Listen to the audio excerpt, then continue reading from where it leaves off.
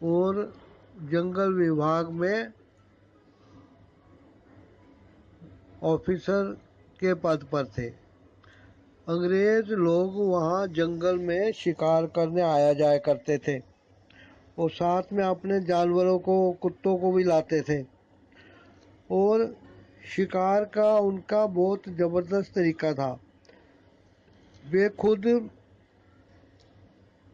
मचान के ऊपर चढ़ जाते थे, पेड़ के ऊपर मचान बनाई जाती थी, उस पर चढ़ जाते थे और फिर गांव वगैरह से मजदूरों को, लोगों को ज़बरदस्ती इकट्ठा करके उनको कनस्तर, डब्बों, ढोलकों, मंजीरों, चिमटों के साथ सारे जंगल में, एक लंबे चौड़े जंगल में, दायरे में, जंगल में खड़ा कर दिया जाता था। बाद में एक अंग्रेज अधिकारी जोर से सीटी मारता था और जैसे ही वो सीटी मारता था उसी टाइम जंगल धमाकों के जैसे होती है, कनस्तर पीटने की आवाज़ से, ढोल पीटने की आवाज़ से गूंज उठता था चारों तरफ। वो जिस चीज़ को लिख रहे थे वो मैं आपको संक्षेप में बता रहा हूँ कि चारों तरफ लोग कनस्तर, ढोल पीटते हुए ये दायरे को तंग करते जाते थे। ऐसा करने से जंगल में पक्षियों की चहचहाट बढ़ जाती थी, फड़फड़ाहट बढ़ जाती थी।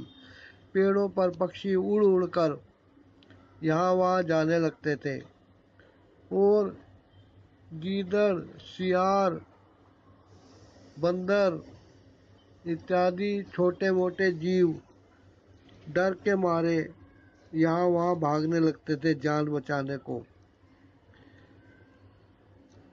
कई टाइम की मेहनत के बाद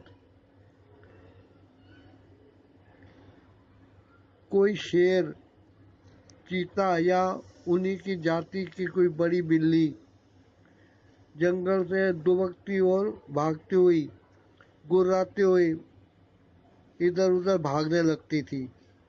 और जो अंग्रेज बहादुर था वो 30 मार खान बंदूक के साथ था और जानवर निहत्थे जान बचाने के लिए भागते थे। अंग्रेज उन पर बंदूक की नाल लेकर निशाना साधता था, गोली चलाता था और कई बार निशाना चूक जाता था। मुझे डर लगता था कि कोई भारतीय मजदूर बेचारा कनस्तर पीटने वाला इस गोली का शिकार ना हो जाए। लेकिन भगवान की बहुत दया थी कि वो जानवर बच जाते थे और मनुष्य भी बच जाते थे। अंग्रेज गुर्रा उठता था, उससे बहुत गुस्सा आता था। वो शेर को गालियां देता था अंग्रेजी में, रास्कल, ब्लडी, है ना, और उसको क्या चालाक, ग्रीडी, पता नहीं क्या क्या बोलता था। और क्योंकि मैं अंग्रेजी समझने बोलने लगा था तो मेरे लिए इंग्लिश भाषा कोई विदेशी भाषा नहीं रही थी। मैं बड़ा चिढ़ता था, लेकिन क्या करूं, सरकारी नौकर था और सरकार अंग्रेज़ों की थी। जंगल में चारों तरफ दहशत फैल जाती थी। उस दिन मैं भी उस अंग्रेज बहादुर के साथ जंगल में गया था। हम लोग मचान पे चढ़ गए और सीढ़ी हटा दी गई।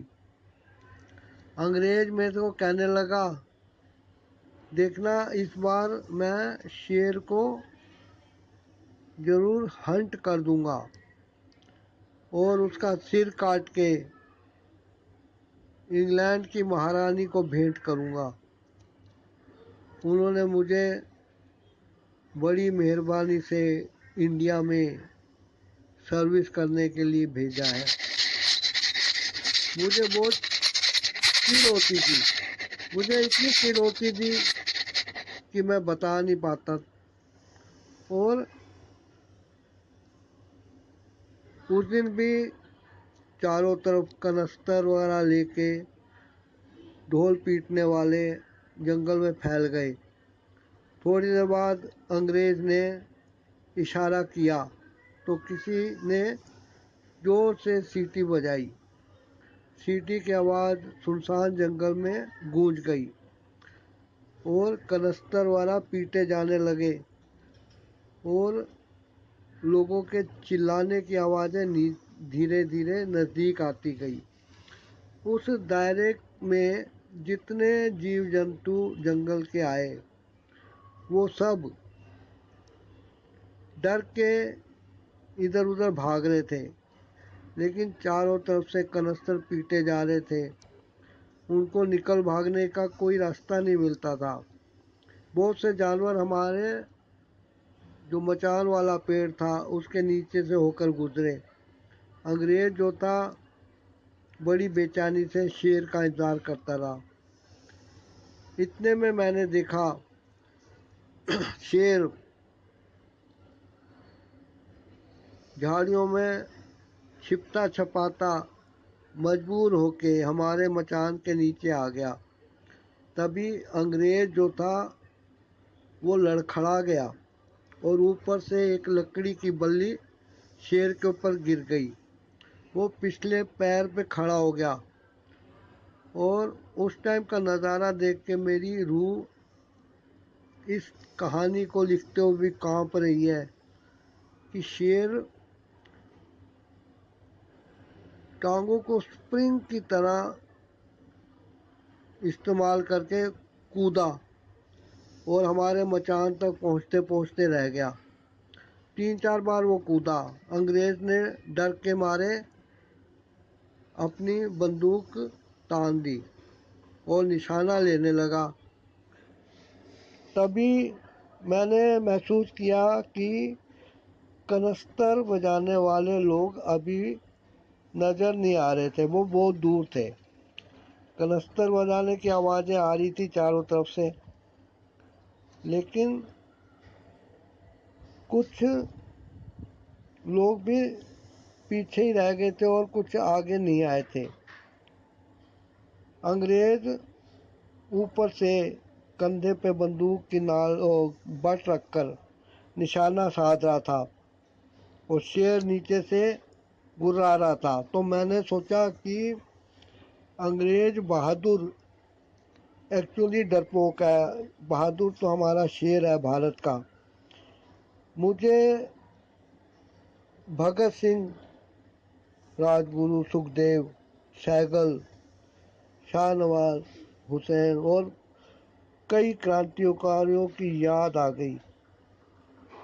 उधम सिंह की याद आ गई और मैंने आओ देखा ना ताओ, किसी को भी गवाही के रूप में आसपास ना देख के मैंने पीछे से उसकी टांगों के अंदर अपनी बाँह डाल दी और उसको एक बाँह पकड़ के मैंने शेर की तरफ उछाल दिया। अंग्रेज अभी गिर ही रहा था रास्ते में कि शेर ने उसको लपक लिया और उठा के एक तरफ भागा। जैसे ही वो कनस्तर पीटते हुए लोगों के पास से होकर गुजरा अंग्रेज को लिए लिए, सारे कनस्तर शांत हो गए। मैं ऊपर खड़ा रहा। बाद में कई अंग्रेज वाला और दूसरे लोग सब मेरे पास आ गए और मचान से सीढ़ी लगा के मुझसे कहने लगे नीचे उतरो। मैं नीचे उतर गया और मेरे से पूछने लगे कि क्या हुआ। मैंने उनको सारी बात बताई कि अंग्रेज का बैलेंस बिगड़ गया था और बल्ली समेत वो नीचे गिर गया। इस पर जो सीनियर अंग्रेज था उसने अपनी टोपी उतार ली और मुझे कहने लगा, you will have to come to England to attend the Privy Council. You should appear before the Privy Council and give all the statement and evidences. मैंने कहा all right sir, okay sir, और मैं England चले गया। तब से मेरा England में बहुत आना जाना है और मैं इंग्लैंड में एक अलग ही पासपोर्ट और वीज़ा से आता जाता हूँ। आज तक मेरी उधर बहुत मान्यता है और मुझे अंग्रेज जो है वो काफ़ी इज्जत देते हैं। लेकिन किसी दिन दिमाग में कुछ आ गया तो फिर मैं भी उधम सिंह की तरह कुछ करके दिखाऊंगा। थैंक्स। ये कहानी मेरे नाना जी ने अपने कागज़ों के पुलंदे में, जो कि एक नोटबुक है, उसमें लिखी हुई है। उसको मैंने संभाल के रखा हुआ है और